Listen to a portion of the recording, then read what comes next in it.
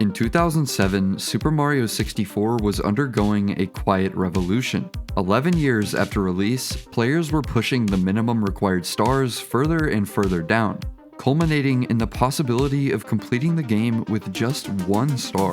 At the center of this breakthrough stood a tool-assisted speedrun that demonstrated a trick dubbed SBLJ, a precise BLJ that skipped the 30-star door. The reason I say possibility is because the trick was incredibly difficult. Players weren't even entirely sure it could be hit in a real run. In fact, before players even landed SBLJ, a new setup was found that allowed players to skip the Dire Docks portal and enter Bowser in the Fire Sea, bypassing the need to collect a single star. Super Mario 64 could now theoretically be beaten with 0 stars. So this raised the question, why would anyone care about beating the game with 1 star? This is the least popular category in Mario 64. Some question why it exists, while others forget about it entirely. But if you take a closer look, the history of 1 star is far more compelling than it first appears. This unassuming speedrun became one of the most optimized in all of speedrunning. From eras of impossible domination to back and forth rivalries, the 1 star category has been pushed to the absolute limit.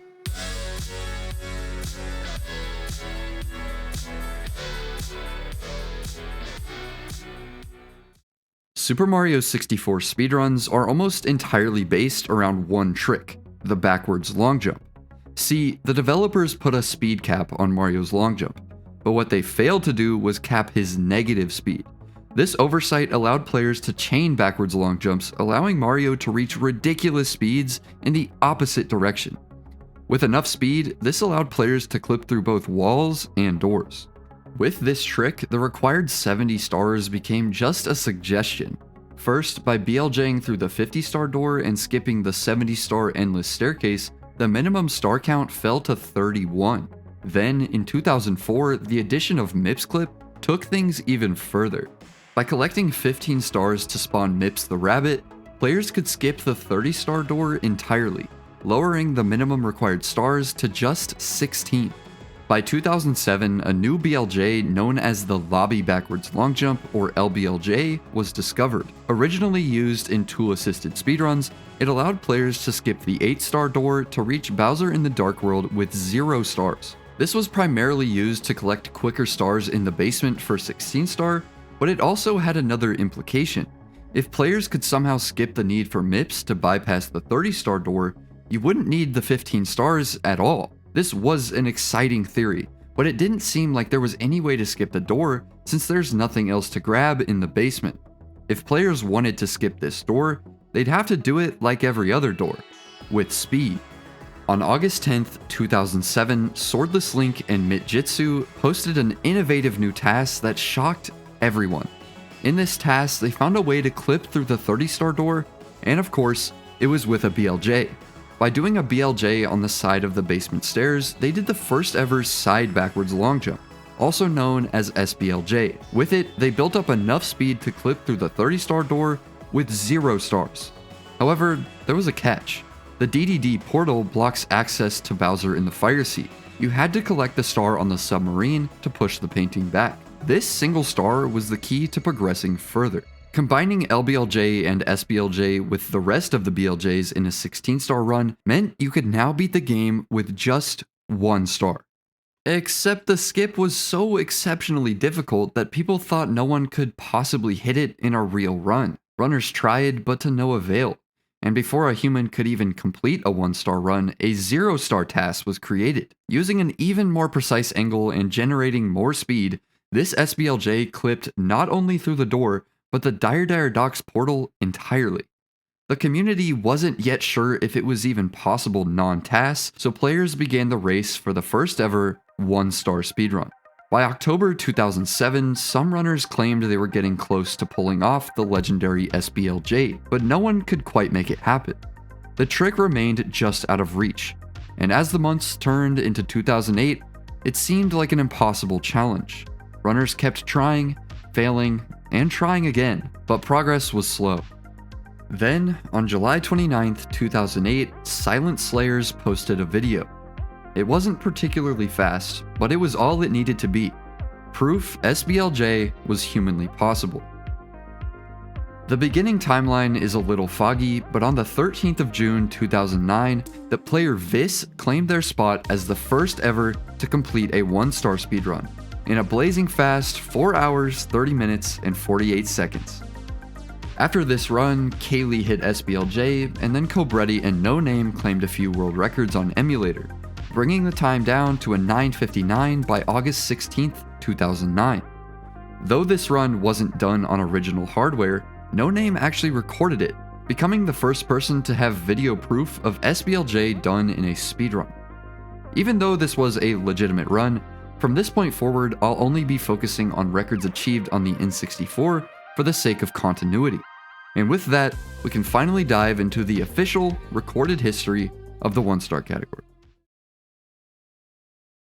On November 11th, 2009, the legendary Japanese speedrunner Taka was the first person to record a time on Nintendo 64, netting himself a solid 1050. Like most speedruns from 2009 go, the video quality isn't great, but it's more than enough to see the strats Taka used in this run. To start, he used pause buffering to get into this pillar using LBLJ. From here, he backflipped and was able to skip the 8-star door. In Dark World, he used an ancient route, but it didn't matter. It was more than solid enough for him to get into the basement. See, back in 2009, the only goal was to get to the basement as often as possible, because even with a slow Dark World, any sort of SBLJ was enough for a world record. After nearly 2 minutes of failing SBLJ, he got it, and the nerves were on. A solid back sub in DDD and an adequate fire seat got him to BLJs.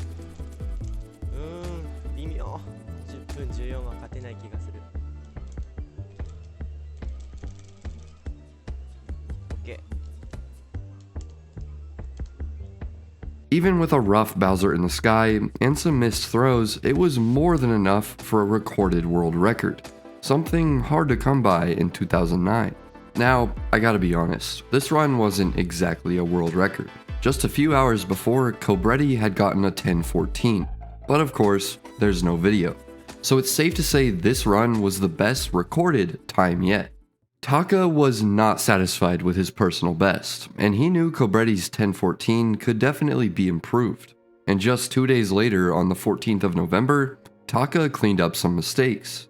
This run started horribly, missing the long jump for LBLJ 3 times.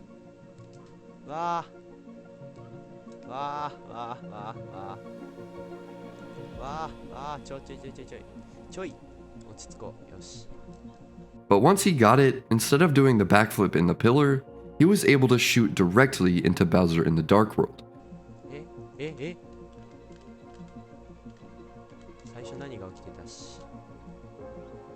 Entering only 8 seconds behind his PB. Frankly, Dark World didn't go much better, leaving at 3:05 on the timer, 9 seconds slower than the 2:56 in his world record. However, as I said before, with a good SBLJ, this run could still be a world record.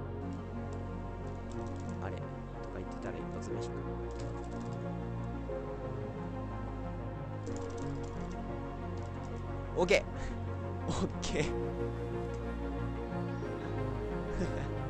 Clearly, it wasn't perfect, but regardless, he was 16 seconds ahead of his PB heading into Dire Docks.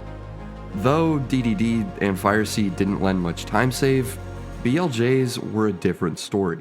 With nearly 2 first-try BLJs and a solid Bowser in the sky, Taka not only claimed the official world record, but he got a 9:54. This run had plenty of mistakes, sure, but just over a year removed from the first ever SBLJ, Super Mario 64 was beaten in under 10 minutes, and Taka wasn't even close to satisfied.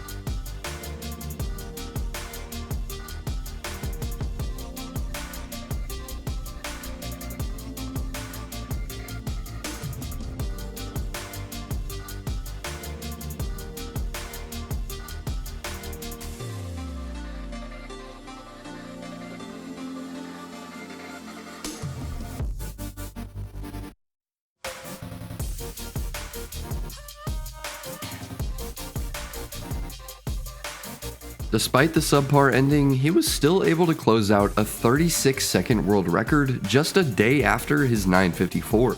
This run showed insane potential for 1 star. Taka had been almost a minute ahead of his 954, and that was even without a good beginning.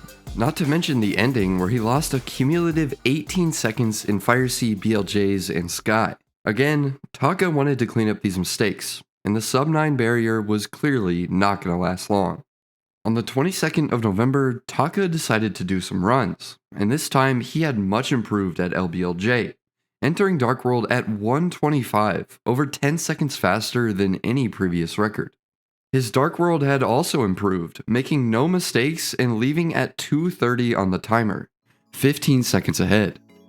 With such a fast Dark World, he had lots of wiggle room on SBLJ, but he didn't need it.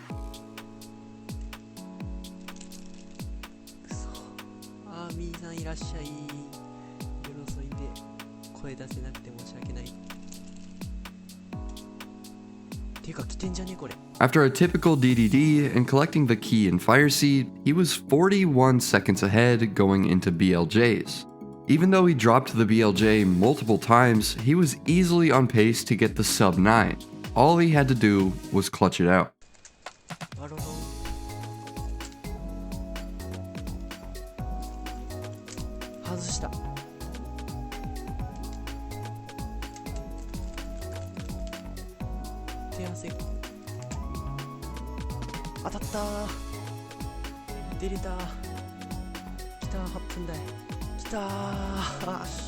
Despite the missed throw, Taka didn't just barely get the first sub-9. He destroyed all expectations with an 830 in what was easily his cleanest run yet.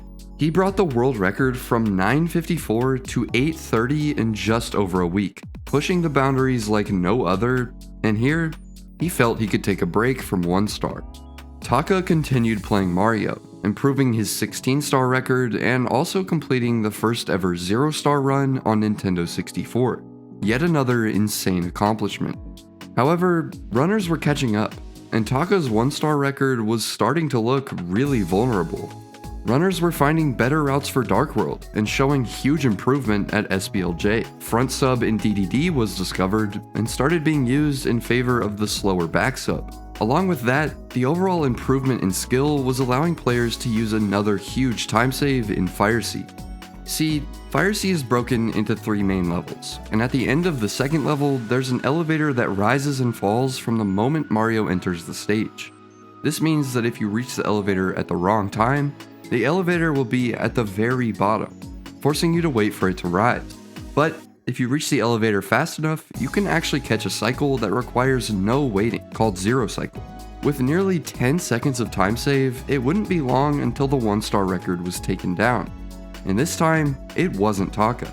On May 4th, 2010, the legendary Shiguru got an 817, and if it weren't for the VOD being deleted, we may have been able to see if he used any of the aforementioned strategies. Either way, this was the record, and for 2 months, Shiguru sat at the top, with Taka still just 13 seconds behind him.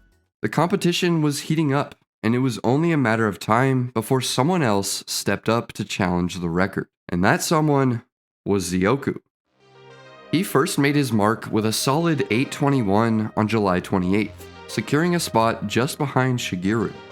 Unfortunately, as often happens with older runs, the video has since been lost. But Zoku was only 4 seconds behind, in position to gun for the record. He wanted to be the fastest, and he wanted to do it with video proof. On January 19th of 2011, he got an 813, beating Shiguru by 4 seconds. Though the video quality isn't perfect, the gameplay was far beyond anything seen in a 1-star run. The LBLJ was standard, but in Dark World, it was clear he had become much faster and more consistent than Taka. His SBLJ setup was quick, entering DDD at 3 minutes and 10 seconds, 9 seconds ahead of Taka, and he just kept building on that lead. In DDD, he pulled off front sub, and in Fire Sea, he nailed Zero Cycle. While his BLJs were a bit unfortunate, it didn't matter, he had time to lose. Heading into Bowser in the Sky with a huge lead, he played brilliantly until losing 2 cycles on the ending elevators. But despite that hiccup, he managed to secure a new world record. This record stood for just 2 weeks after Taka set an 8:12 on February 3rd, 2011. A month later, Zoku beat it, and on March 31st, he broke it again with an impressive 8:05. Sadly, all these records no longer have video, just the leaderboard entries and the memories from people who were around at the time. Fortunately though, Zoku's next record blew everything else out of the water. On April 19th, he got on an insane run. A Great Dark World and SBLJ put him in the lead, and if he could keep this up, a sub 8-minute time was within reach. A standard DDD and Fire Sea along with mediocre BLJs meant he had to clutch up, and the pressure was on.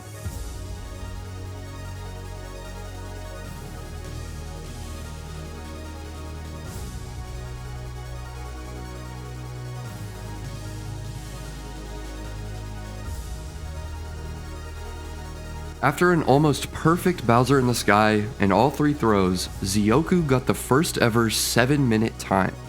Under 2 years removed from the first sub 9, the community was excited to see how much further it could go. It was a crazy accomplishment, but for Zoku, it wasn't time for celebration just yet. The run had big mistakes in both DDD and BLJs, and outside of that, there was still time to save from better movement and strategies. According to a Twitter post from Zoku, he beat his record by a second on June 19th. And, of course, there is no video. But still, he wasn't done cooking. Just a month later, he dropped a bomb. He beat the record by a full 6 seconds, and this time he cleaned up DDD and BLJs, completing the run with almost no mistakes. The limp throw in Sky lost a little over 5 seconds, but in the end, it didn't matter. It was a new world record, a new personal best, and a leap forward for 1 star. Zoku was establishing himself as the most dominant runner in 1 star, taking the reins from Taka and pushing the game as he had before. Into the end of 2011, the record stayed dormant. Runners didn't seem too interested in breaking the record, and it felt as if it was Zoku's to keep. Perhaps this was due to 1 star no longer being the fastest way to beat the game. As in November, Funila brought the 0-star record to a 7:40, beating the 1-star record for the first time. But Zoku kept at it in 1 star, and on February 11th of 2012, he seemingly got a slightly faster 7:51. Unfortunately, the only proof of this record is from a single entry captured on the Wayback Machine, so who knows what happened. What we do know, however, is that Zoku didn't claim the next world record. This time, after 11 straight months of holding the 1-star crown, he was dethroned by someone named McCori. After claiming 2nd place in December of the previous year, McCori had proved himself as someone capable of breaking the record. Heading into 2012, he was just 7 seconds off of Zoku's 7:51. By March, he was grinding hard in hopes of pulling ahead and claiming the coveted record. And on the 12th, his moment finally arrived. With a typical LBLJ and Dark World, he entered SBLJ determined to get on a run.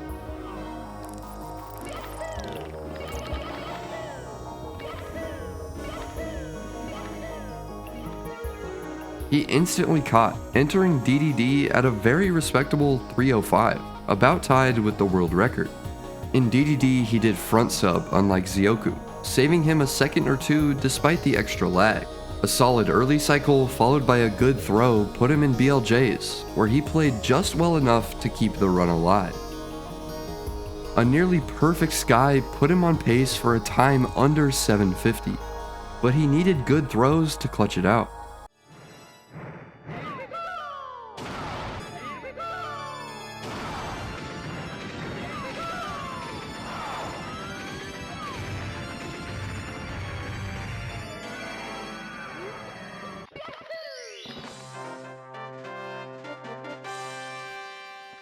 Scuffed Bowser regrabs prevented the 4x, but McCori couldn't care less.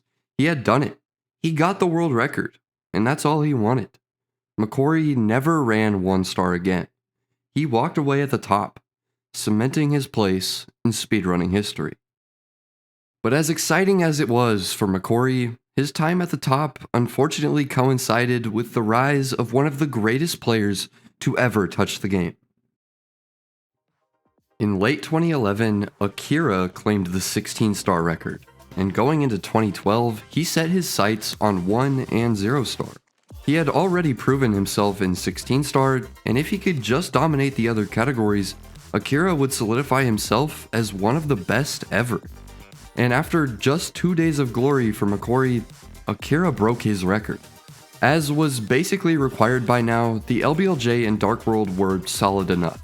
So heading into SBLJ, it wasn't anything spectacular. By this point, a first or second try SBLJ was essential for a world record run, and this was no exception. Though Akira entered DDD at 307, he had something up his sleeve.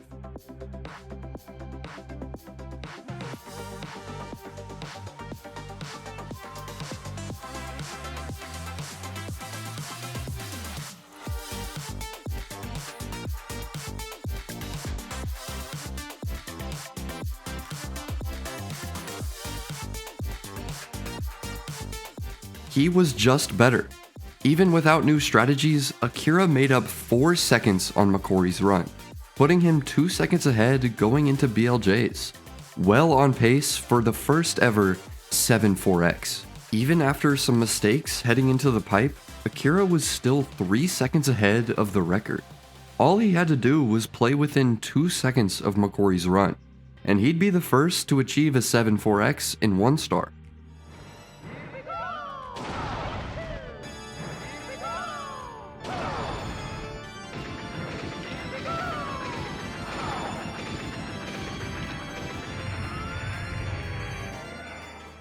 If not for getting hit by the amp, the sky would have been great, but still, Akira closed out the run, beating McCori by just a second. But that was all it took to place himself at the top of 1 star for the very first time. Akira clearly had more potential, but for now, this was good enough. By March, all of the top 5 runners had achieved sub 8 times, and names like Honey, Manamo, and Zaya were beginning to establish themselves as serious contenders in 1 star. They all, of course, wanted the record, but a focused grind was necessary if they wanted to claim it for themselves. None of the rising runners were motivated to go for Akira's new record, but Zoku, he wasn't ready to let go of his reign just yet. On May 19th, 2012, Zoku achieved a 745. This run was tied going into DDD, and despite a less than ideal DDD in Fire Sea, he was still well on pace for a world record. The BLJs were great, and Zoku had a very impressive endgame, beating the record by 4 seconds and reclaiming his place at the top. This record stood for most of 2012, but in November, Akira struck back. On the 22nd, he claimed a new record, and this run was something special.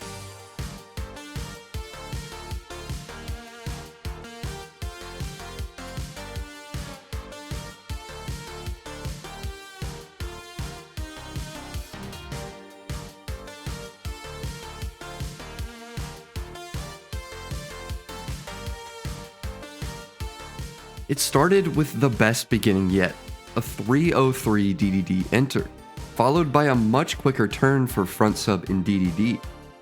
This put Akira an entire 5 seconds ahead of the world record. In BLJs, he kept up with Zoku, keeping him firmly in the lead. If he could clutch it out, this run wouldn't just break the world record, it would be the first ever 7-3X.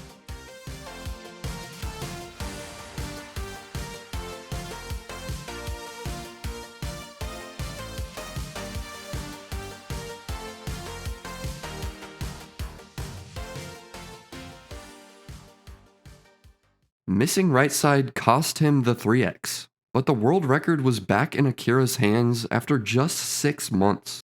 Akira was improving nearly everywhere. His movement, his strategies, his consistency. Even with the mistake at the end, it was clear he was capable of pushing the record further. But Zoku wasn't ready to just let Akira run all over him. Back in second place once again, he was determined to reclaim the record. and this time, he was gunning for a 3x.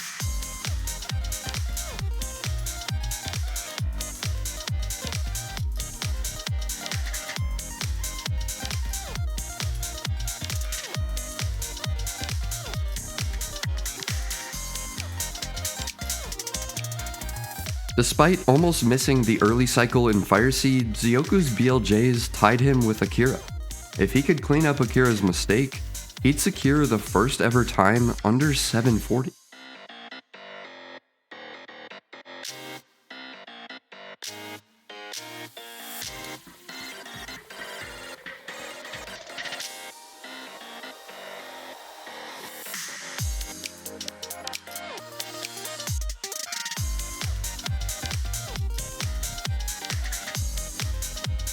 Bowser in the Sky went perfectly.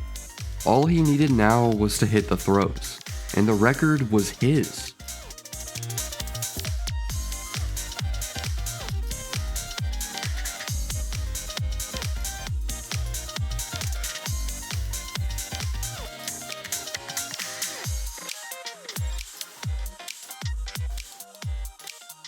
He PB'd, but it was bittersweet. The world record was just 2 throws away, and he missed. Super Mario 64 can be cruel, and this was just another reminder. Bowser throws are brutal. One miss, and in an instant, all the hard work of the rest of the run will be undone, no matter how close you get. In his description, Zoku simply said, "I feel like I made too many mistakes on this one." Speedrunning is unbelievably unforgiving. And that's also part of its beauty. You get back up, you keep trying, and you push forward. Because no matter how good a run is, there's always room to go faster. Most assumed Akira's record would be beaten by either Zoku or Akira himself, given how close they both had come heading into 2013. The year started off slow, with neither runner making any significant progress apart from Zoku PBing by a second. Akira remained the record holder with a 742. But it felt fragile. Someone was bound to break into the 7.3x range, and Akira had even made that his personal goal. Then, out of nowhere, came someone unexpected.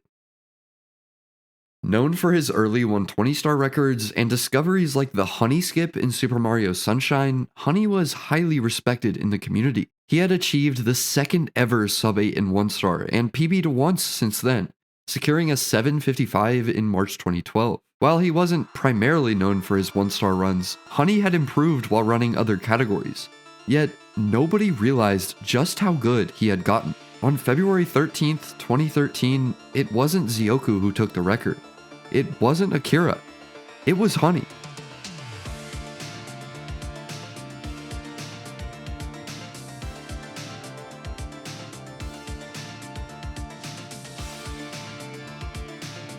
The limp Bowser throw in Dark World cost Honey some time, putting him behind world record. Heading into basement, he'd need a solid SBLJ to stay in contention. He got exactly what he needed, and despite entering DDD at a modest 305, he knew there was time to save in the endgame. An improved front sub saved him another second, putting him just 1 second behind Akira's pace. In Fire Sea, Honey arrived to the cycle earlier than Akira had, allowing him to execute a triple jump wall kick into a dive at the top. This let him skip the intended route and long jump along the edge of the stage to then burn into the funnel. This small optimization put him neck and neck with Akira's record, but where Honey truly shined was in BLJs.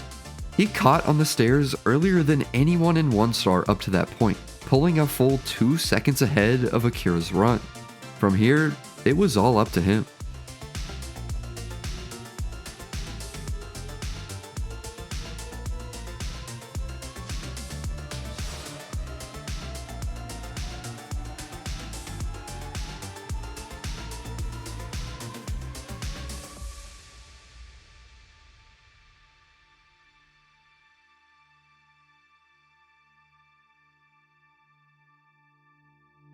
Honey's world record was a huge surprise, solidifying him as an anomaly in speedrunning. Not only could he discover skips like the aforementioned Honey Skip in Sunshine, but he could also go toe-to-toe with legends like Siglemic in 120 star. And now, with the first ever 7 3x in 1 star, he had proven he could dominate in multiple categories. Honey wasn't only a runner, he was an innovator, a competitor, and now, once again, a world record holder. Akira was now in second, with Zoku close behind. These two had traded the record back and forth for the past 2 years, aside from McCori's 2-day stint in March 2012. But by this point, the category was inching closer to its limits. New strategies were rare, and the last major time save, front sub, had been discovered during Taka's era. Sure, the record still had room for improvement, but it was all about perfecting what was already known. However, Akira was not ready to give up. He knew how far 1 star could be pushed, even with the existing strategies, and he kept grinding. On March 21st, 2013, Akira struck back, reclaiming the record with a 736.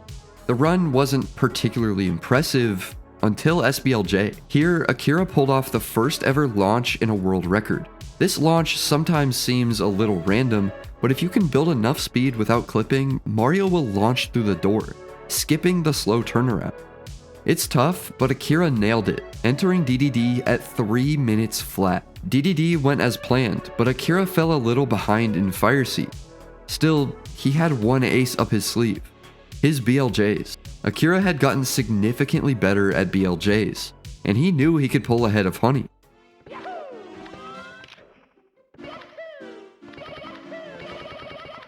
His first BLJ was ahead of his time, turning and long jumping quicker than anyone before. Moving to the second BLJ, his movement was tighter than any run up to that point. While the second BLJ wasn't perfect, it was enough to keep him well on pace heading into Bowser in the Sky. Sky went as planned, and Akira opted for the riskier right side approach, unlike Honey, giving him a slight edge heading into the final fight.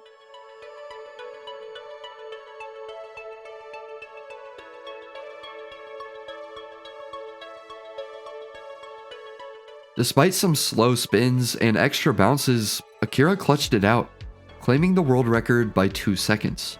After just a month, the record was his again. Akira was on top of the world.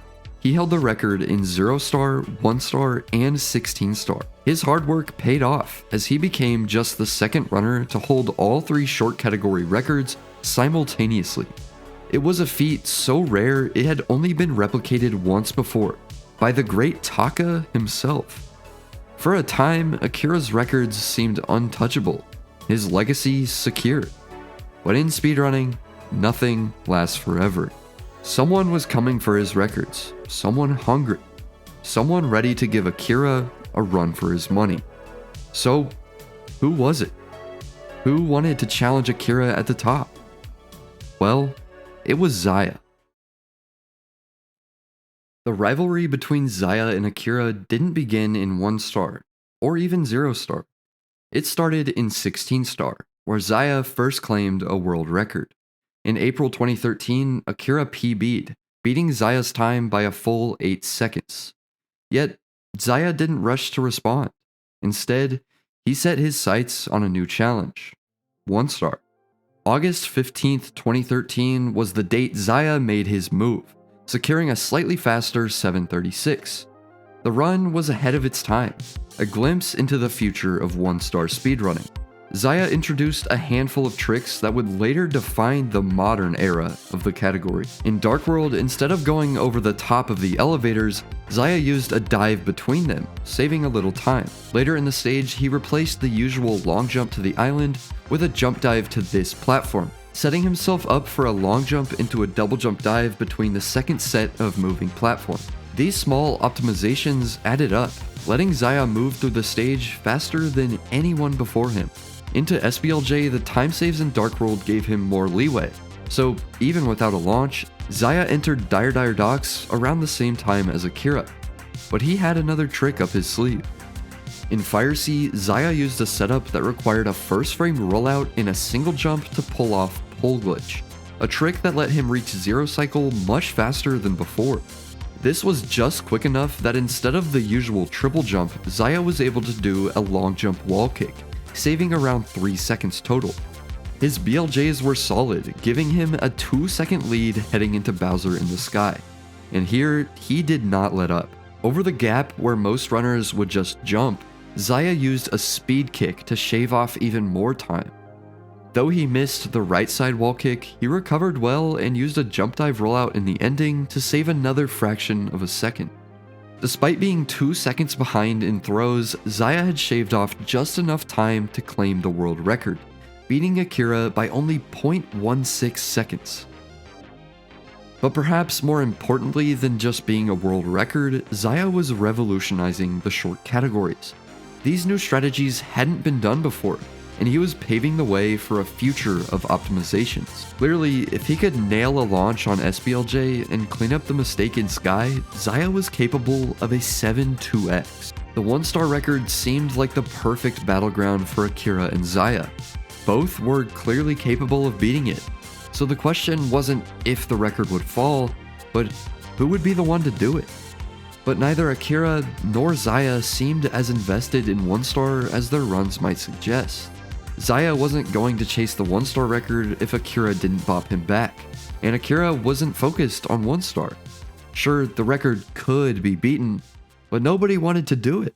This led to stagnation in 1-star. With the two best runners at the top and no one else on their heels, the record didn't move. Apart from one other runner, the top 5 were inactive, and 2014 came and went without a single improvement. For the first time since 2009, a period where the record was beaten nearly 5 times a year, 1-star was untouched. Meanwhile, the other short categories also remained stagnant. When Akira and Xayah weren't chasing the short categories, nobody else was on their level. But this rivalry was far from over.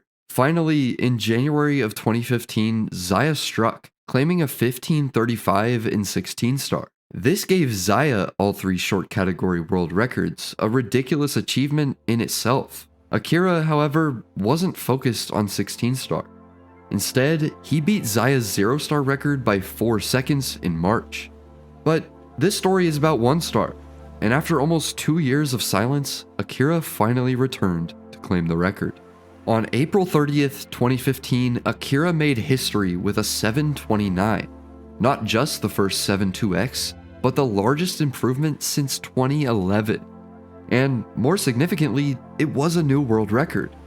Akira didn't rely on any new strategies. Sure, he added pole glitch in Fire Sea and the speed kick over the gap in Sky, but what set this run apart was his sheer movement. Nearly everywhere, Akira was cleaner, faster, and more optimized than ever before.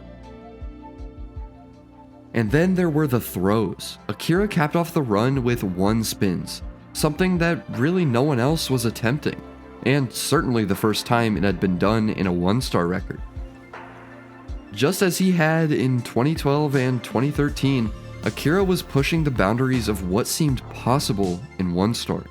Perhaps unsurprisingly, after such a massive improvement, the record lay dormant for the rest of 2015. Akira's 729 wasn't perfect, but it was closer than anyone had come before, with no one other than Xayah and Akira seemingly capable of challenging it, and both runners focused on 0-star and 16-star. The question lingered: who would be the one to break the record? As he did in 2013, Xayah tied Akira, this time beating him by just a single frame to reclaim the record. And the run was unorthodox, to say the least. Xayah landed a second try SBLJ, followed by a clean DDD and Fire Sea. In BLJs, he stumbled again but recovered quickly, catching the stairs fast enough to enter Bowser in the Sky just a few seconds behind. Once there, Xayah played near perfect, matching Akira with 1 spins in throws. It wasn't pretty, but it was enough to clutch out a world record once more. From 2013 to 2016, the record had flip-flopped between Akira and Xayah, and after Xayah's 729, it seemed as though the pattern would continue. And if it didn't, the record would likely just sit still again. So Akira needed to take matters into his own hands. Something I haven't mentioned much is the improvements made in LBLJ.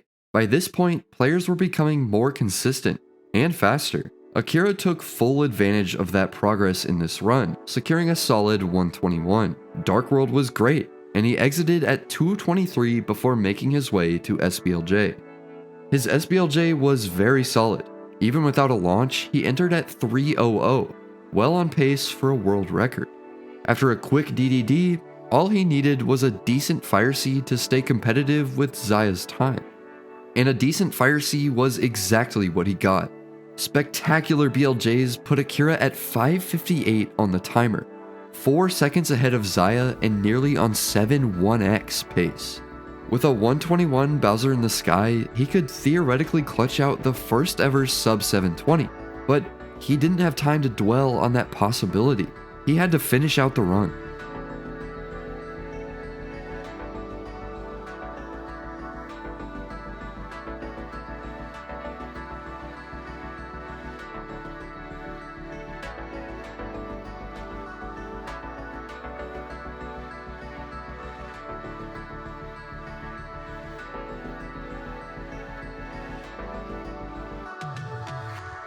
On August 15th, he reclaimed the record, beating Zaya by just over 2 seconds.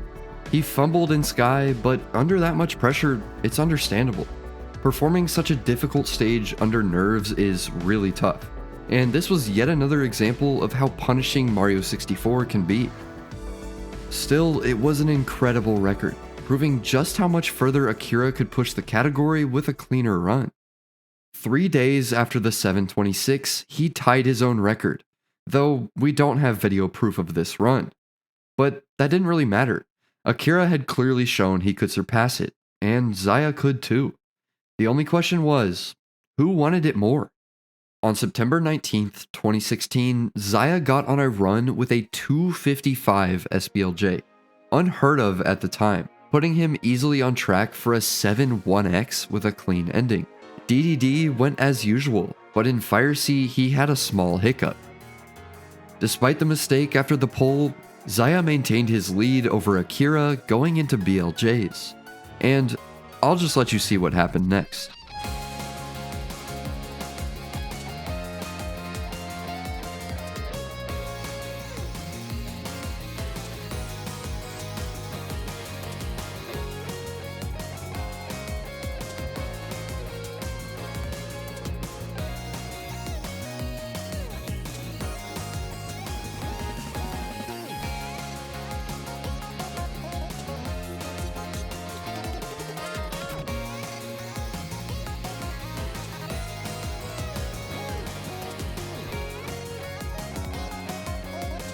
Zaya got a 721, a run with hardly any major time saves.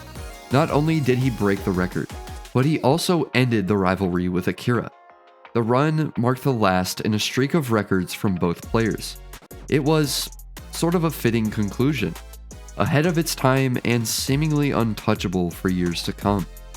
Zaya and Akira had pushed 1 star slowly over the last few years, and if the category were to be pushed further, someone else would have to rise the ranks.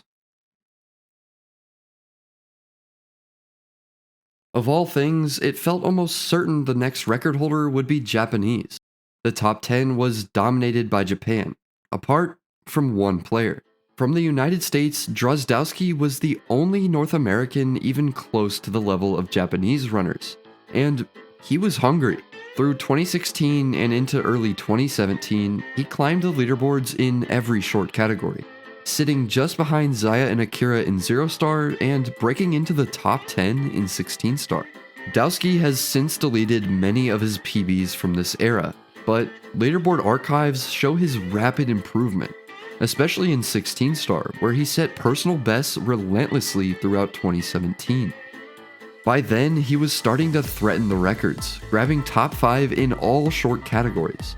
Though he hadn't claimed a record yet, his 734 in 1 star put him firmly in 3rd, right behind the 2 giants, Akira and Zaya. But nobody was chasing the record anymore, aside from Aki and Karen, who briefly cracked the top 10 before moving on. The category had gone cold. In the summer of 2018, Suigi, another American, joined Dowski in the top 5. 736. Aside from him though, nobody but Dowski was actively running and capable of the record. If someone was gonna beat Xayah, it was clear who it was. His first move was in 0 star when he beat the world record with a 641. Then he ran 1 star, crushing Akira's time with a 724, within just 3 seconds of Xayah's world record. For the first time in over 5 years, someone other than Akira or Xayah had a real shot at the throne. And for the first time ever, a player outside of Japan stood on the verge of making history in 1 star.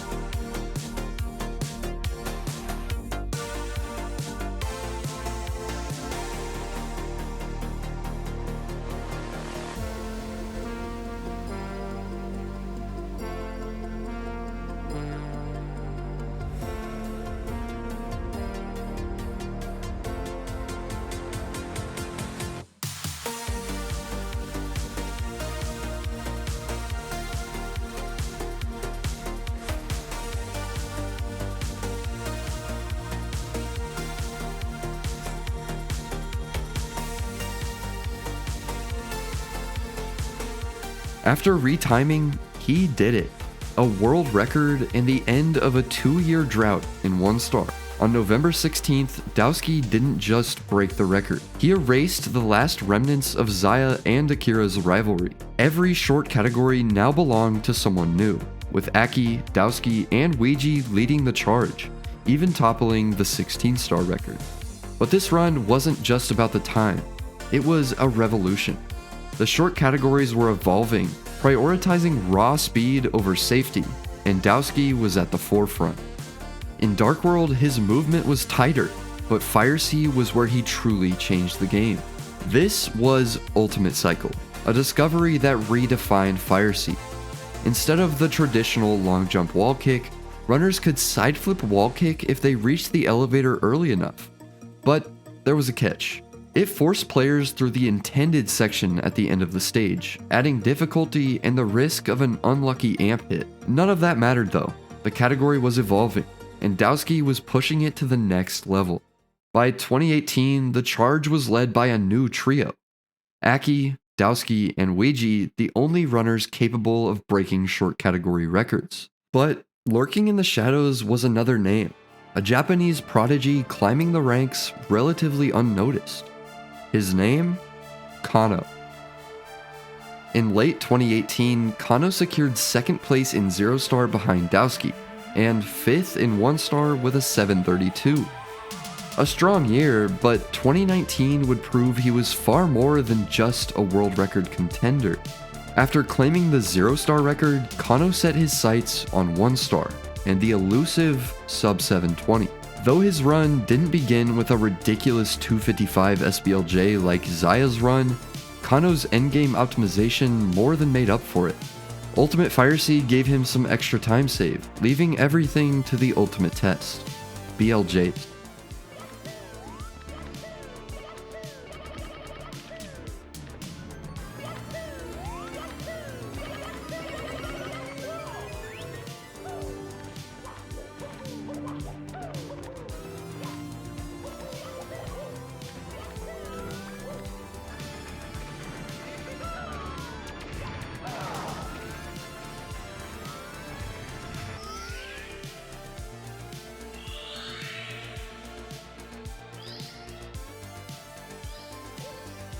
He got an amazing endgame and dethroned Dowski, claiming 1st place in both 0 and 1 star.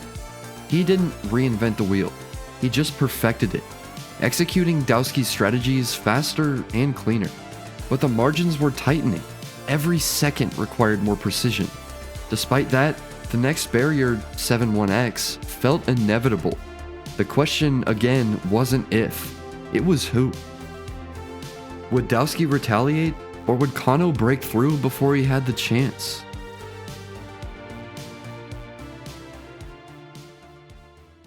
On the 30th of September, Dowski did it, but still the elusive 7-1X remained just out of reach. The time seemed to defy every runner who chased it, not for lack of skill, not for lack of trying, but because 1 star is merciless. The category got more brutal with each discovery. Every BLJ, every strat, every run excruciatingly difficult. Yet, the human spirit doesn't bow to perfection. They didn't need it. They were more than capable without being perfect.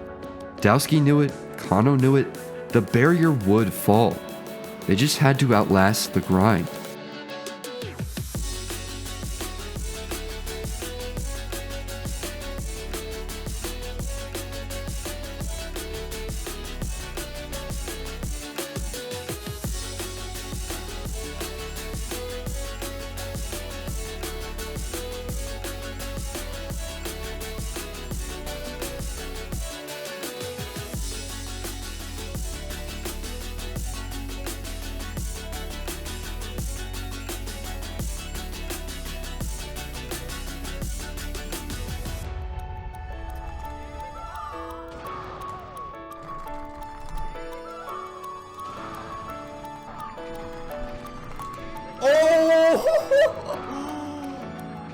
This run's insane.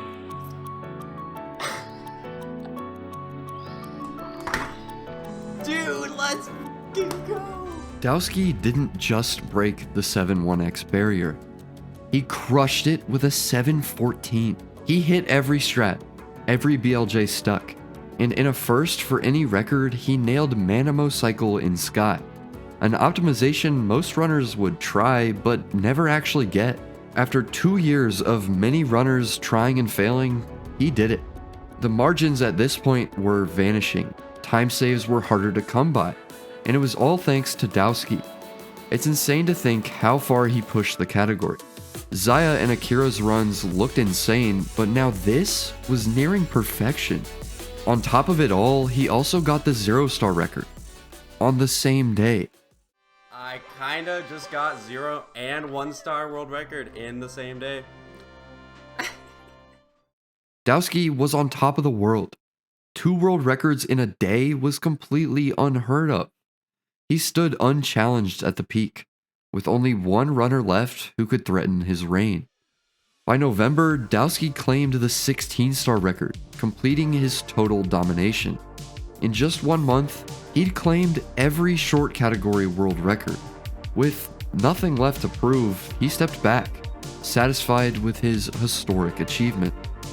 Entering 2020, Kano remained the only threat, tying Dowski's 0-star record with a slightly faster 6:36. But with Dowski on break and Kano focused on 0-star's technical challenge, the rivalry wasn't much of anything.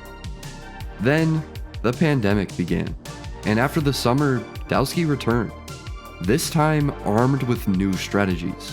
When Mario catches the stairs first try, simply holding left or right before the top lets him slide through the door, preserving speed for a 1 to 2 second time save. In Sky, the long jump wall kick didn't save time directly, but it made the strat more consistent for Dowski to do what's called Ultimate Ending.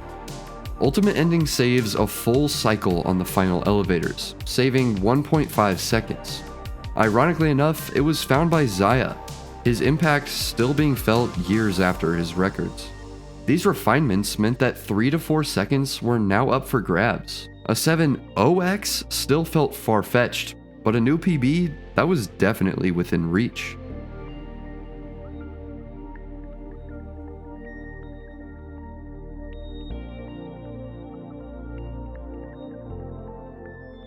I think it is.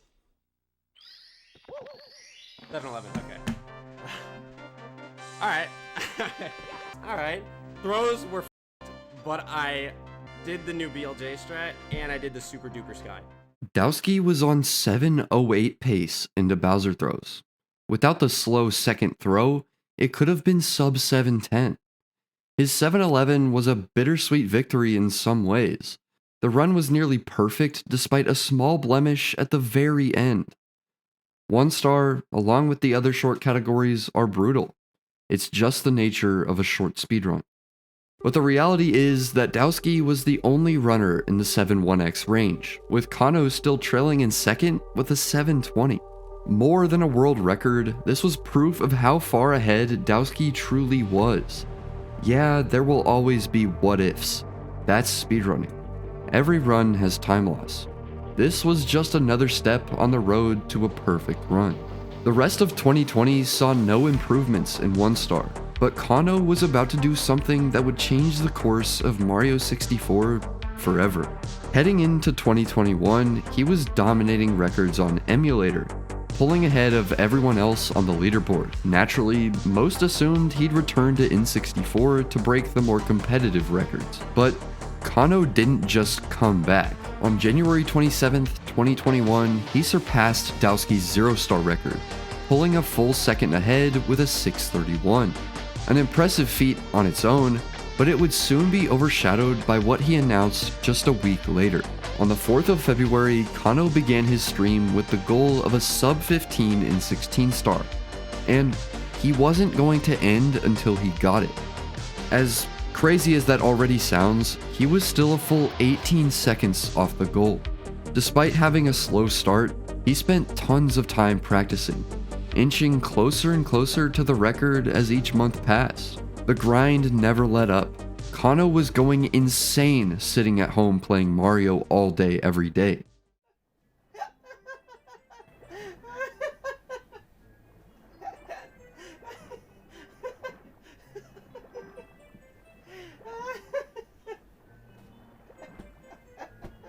But he was not going to end the stream. See, speedrunning is less about going fast and more about the personal challenge. Setting self-imposed, arbitrary goals is what keeps us going in life. And that's really all speedrunning is at its core. You sit there for hours straight in hopes of going faster than you ever have, all to prove to yourself that you can do anything if you're resilient enough. Through earthquakes, Big, so big. Oh my god. mental breakdowns, and many personal bests, he was going to break through. To him, there was no other option. I have the power to get world record. After over 3,000 hours, he did it. He did it. The coveted sub 15 and the world record. 4 grueling months of non-stop streaming, all leading to this single moment. Kano wasn't just a record holder now. He was an inspiration for all. However, this grind didn't just get him the new world record. From all the time spent grinding, he was getting really good. Like, scary good. Even though it was the record, there were mistakes in the run, and he could still clean it up. He could beat his own 0-star record if he wanted. And really, it seemed he could even beat the 1-star record. So what did he do? Well, he just took them all.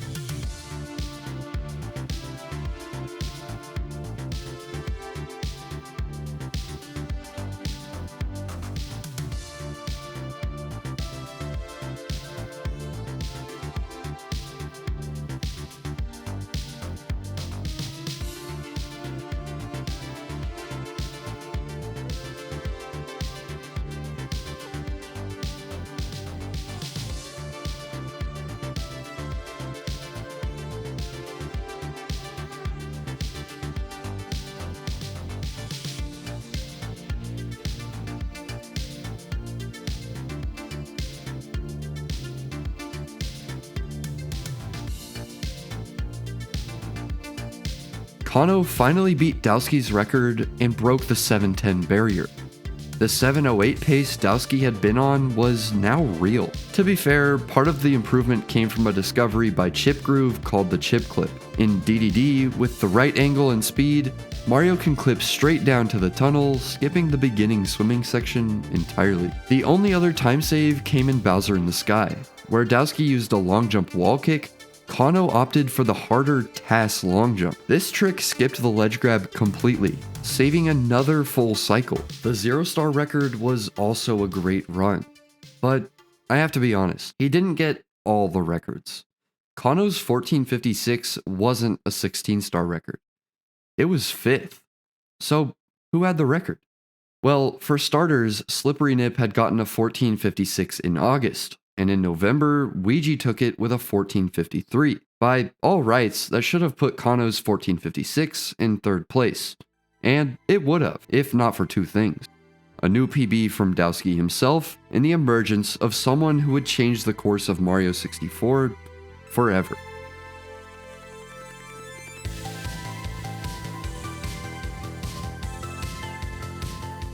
On December 30th, 2021, Green Suigi did the unthinkable. He shattered the 1450 barrier in 16-star. As of this video's writing, he's never once lost the record since then. But his improvements didn't stop. Throughout all of 2022, he focused mainly on 16-star, taking his record to a staggering 1441 by year's end. Meanwhile, 1 and 0-star remained virtually untouched, aside from a 2-second improvement by Kano in 0-star. It seemed possible that Suigi could take it, as just a few days after Kano's 707, he grabbed his own 708. Unfortunately though, he wasn't too interested in grinding for the 1-star record. It would have to be someone else. Throughout 1-star's history, stagnation was the norm. Records typically advanced only through rivalries and the quest for category dominance.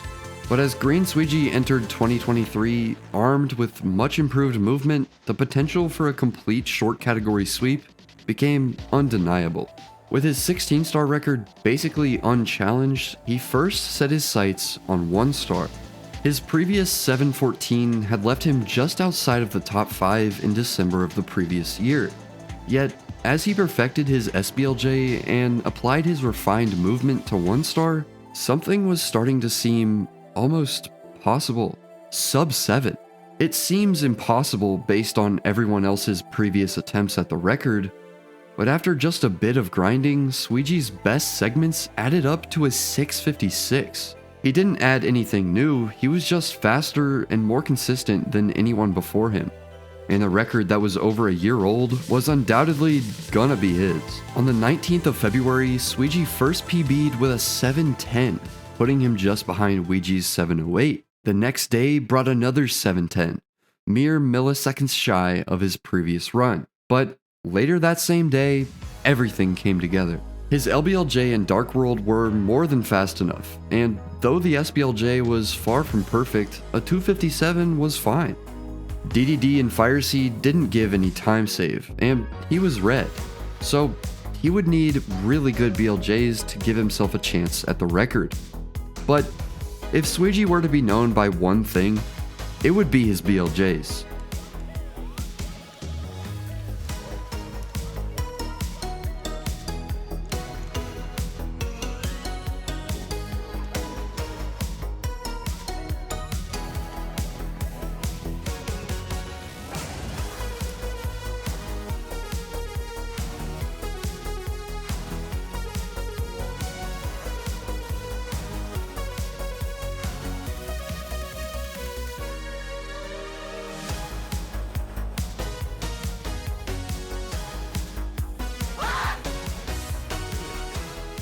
The run wasn't perfect by any means, but a solid endgame gave him a pretty satisfying world record, and it seemed no one else was going to challenge him. It appeared he could just sit back and chill, and he very well could have. Suigi, however, didn't care about who was in 2nd or 3rd. He wanted to push his own limits. And on March 15th, 2023, Suigi got on a run with a 252 DDD entrance. Let's go, dude. Well on pace for a sub 7. After unfortunately missing ultimate and losing a few seconds, the run was still good, and he could still clutch out a world record. Okay, it's set. Or not.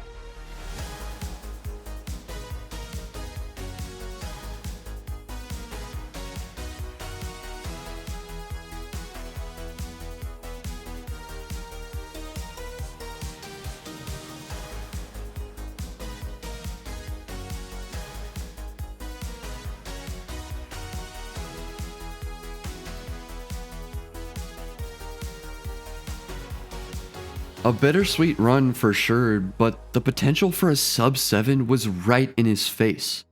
If not for the 5 seconds lost in Fire Sea, it would have been a 6:58.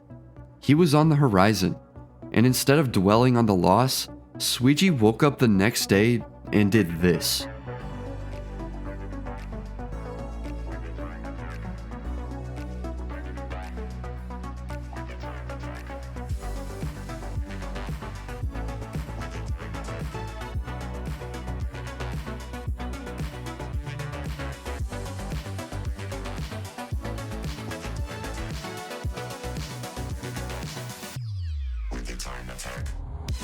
Compared to his current PB, it was a very similar run into Fire Sea, but this time, he actually hit Ultimate.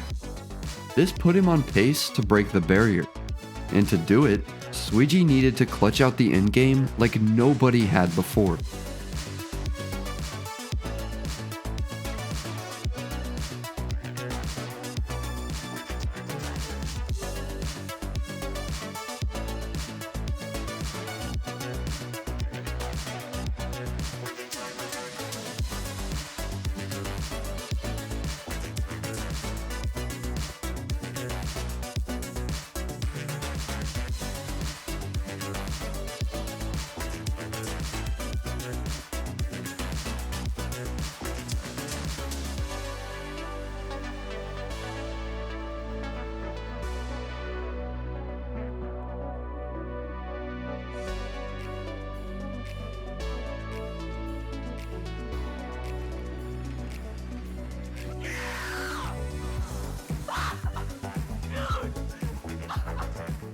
Suigi did it.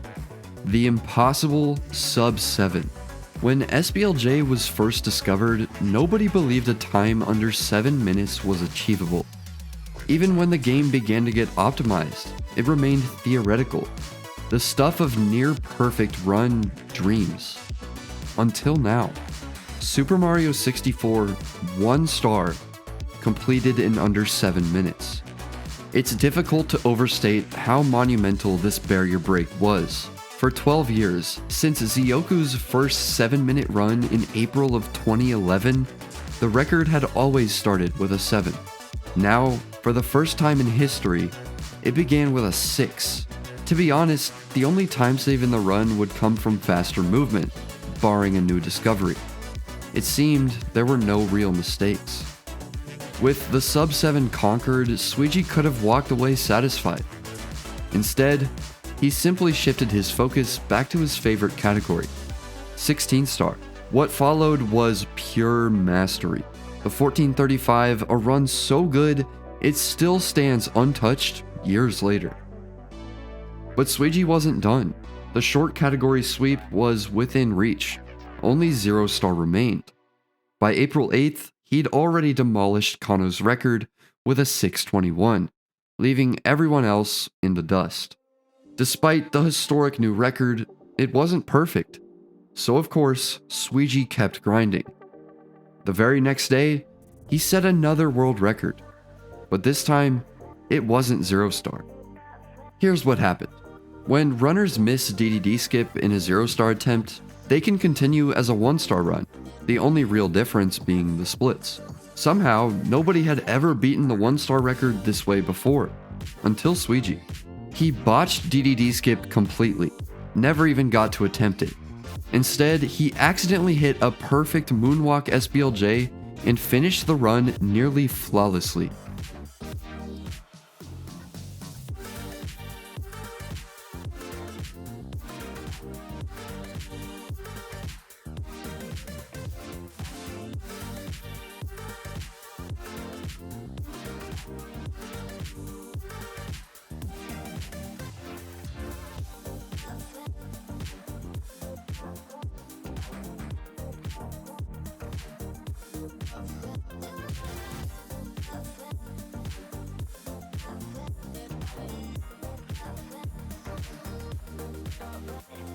This marked the first moonwalk world record, as his previous bests had all been normal SBLJs. He finished the run with a solid 657, and suddenly, moonwalk looked like the new requirement to challenge Suigi's dominance in 1 star. That challenge, however, would just never come. Over the next 2 years, Suigi claimed every world record in Super Mario 64, not just the short categories. By November of 2024, he took the 70-star and 120-star records, achieving a complete sweep across all main categories. To this day, he still holds them all. Despite numerous attempts, nobody has managed to dethrone him. In 1 star specifically, while many runners have achieved sub 7 10 times, Suigi remains the only one with a sub 7. His grip on the 1 star record seems unshakable, with little competition aside for a few people. But for Suigi, this relentless pursuit wasn't about other runners. It was about pushing himself as close to perfection as humanly possible. While his late 2024 domination focused on securing all 5 main category records, a game-changing discovery was quietly developing for the short categories, the Fire SBLJ. Originally done by Zaya years earlier, the trick had been considered too inconsistent for actual runs. But now, new setups made it viable. Instead of the standard side flip wall kick for Ultimate Cycle, this BLJ let runners make the cycle so early they could side flip wall kick right here, completely bypassing the slower top route. The result was a full 2-second time save, huge for 1 star. So when Suigi returned to 1 star in early 2025, he had 2 clear advantages over his previous record. His movement had gotten better, and now this Fire C optimization. It didn't take long, and on March 6th, 2025, all the pieces came together in one final historic run. That is where the record stands today. Over 16 years of evolution, 656.07 is the culmination of it all. Other than a mistake after Fire SBLJ that forced him to do normal Ultimate Cycle, as well as a small mistake at the end of Sky, he hit every trick, pulling even further ahead of everyone else. Today, a handful of runners, myself included, are challenging the record. While Suigi's run borders on perfection, it can be beaten, and someone will beat it. Truthfully, his dominance rewrote what we thought was possible in SM64 speedrunning. More than just records, it's a testament to what happens when you refuse to settle, when you keep pushing beyond every conceivable limit. This video was a ton of fun to make, but it was a lot of work. So if you enjoyed it, please consider liking and subscribing, it really helps out. Lastly, I'm currently grinding for what would be only the 2nd sub 7 ever, so if that sounds interesting to you, you can check out my Twitch. Anyway, thank you for watching, and have an amazing day.